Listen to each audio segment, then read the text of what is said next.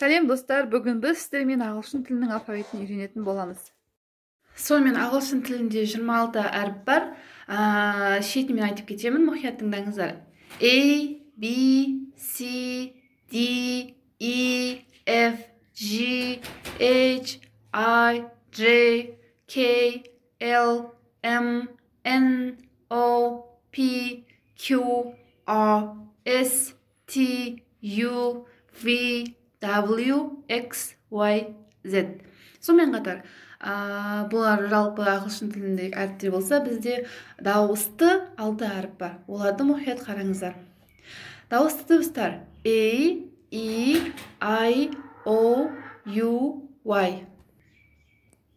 Достар, бүгінгі алфавитті үйрену сабағы осымен аяқталды. Сіздерге ұнады деген ойдамын. Егер ұнаса лайк басыңыздар. Ал егер де қандай да сұрақтарыңыз болса, комментарияға жазсаңыздар болады. Ал егер де бұдан кейін басқа да грамматикаларды күтсеңіздер, подписаться кнопкасын баса кетіңіз.